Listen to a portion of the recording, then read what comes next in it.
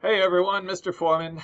We're at the point I have now received a bunch of the assignments filled out that are the select A5S and select and plan A5S improvement project. I have a few things after looking through a bunch of the assignments, a few comments that I've got that I've seen overall, and things that I want to reflect on to make some improvements to that, and some common mistakes that I had seen on those documents. So, starting first with the actual project selection, notice that in the description of the project types to take on, I listed out things that are like workspaces or places where you store things. That type of project fits this 5S improvement model well. Other projects like fixing something around the house, or assembling something around the house aren't really going to fit that 5S problem solving method. While they might be good projects to ultimately take on, they don't really fit this assignment, and you're going to have a very hard time in the following assignments to actually fit those small fix-it projects or assemble this project or make this aesthetic improvement to some outdoor space or something at your house. You're going to really struggle to fit this 5S improvement methods. So you're going to have to really rethink, and some of the things, like someplace in your garage that stores all the things that you would need to actually assemble that project together, are going to be the better selection for the sake of getting a grade or follow along with the rest of the work in this particular class.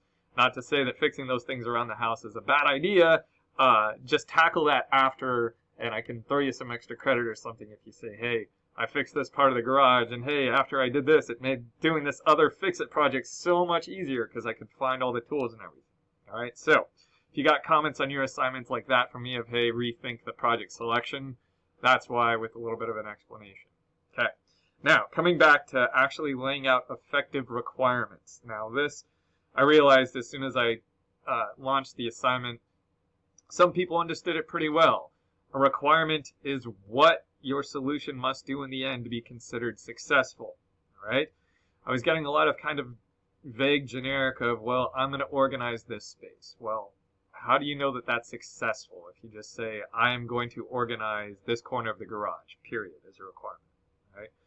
In order for a requirement to be really truly effective, it has to be measurable. So, as an example here, just generally stated is, okay, the solution that I'm going to develop on my desk, the top drawer is only, 40 inches by 8 inches deep on the top. So the items stored in my top desk drawer must fit within a 40-inch by 6-inch depth space. Right? If I write that in the requirement, I can go with a tape measure and actually measure that those fit in there, right?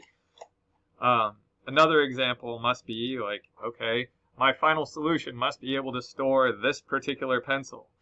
That's kind of a binary thing. Yes, it does, or no, it doesn't. But that is by itself measurable and checkable, correct? With very objective, like yes or no answering. Another thing that I had come across that might be a helpful way of framing your requirements is for those of you that say, saw a lot of improving bike riding area, which is cool. I got to do the same thing.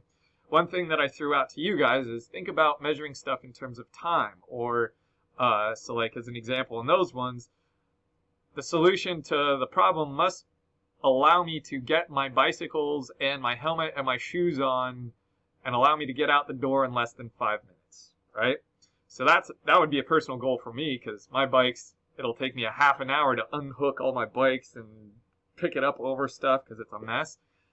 If I put a stopwatch on myself, I could measure and go, no, this solution doesn't work because it's taken me a lot longer than 5 minutes to get out the door when I have the idea that I want to go on a bike ride, right? So yeah, you could apply this to your other workspace, like must be able to put back any item to the desk in under, you name the number of X seconds, I guess, that seems appropriate to you. So like, must be able to allow me to get any pencil and mouse and other auxiliary item back in its place in under 10 seconds, right? That's a measurable thing that you can do to see if you met your requirement or not, right? So those are helpful things. Trust me, it gets a lot more complicated. I was looking back through this book. So this was a college level product design and development book.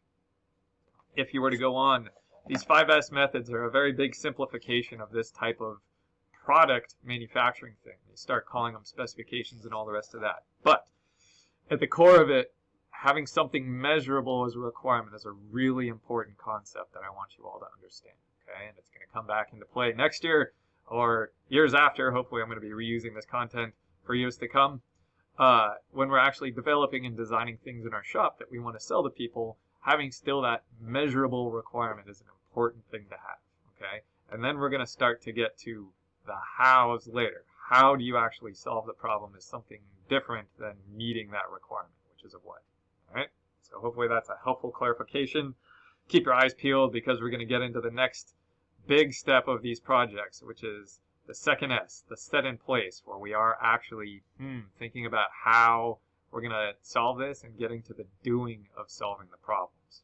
Okay, so stay tuned. Those will be coming quick. Yeah, take care, everybody.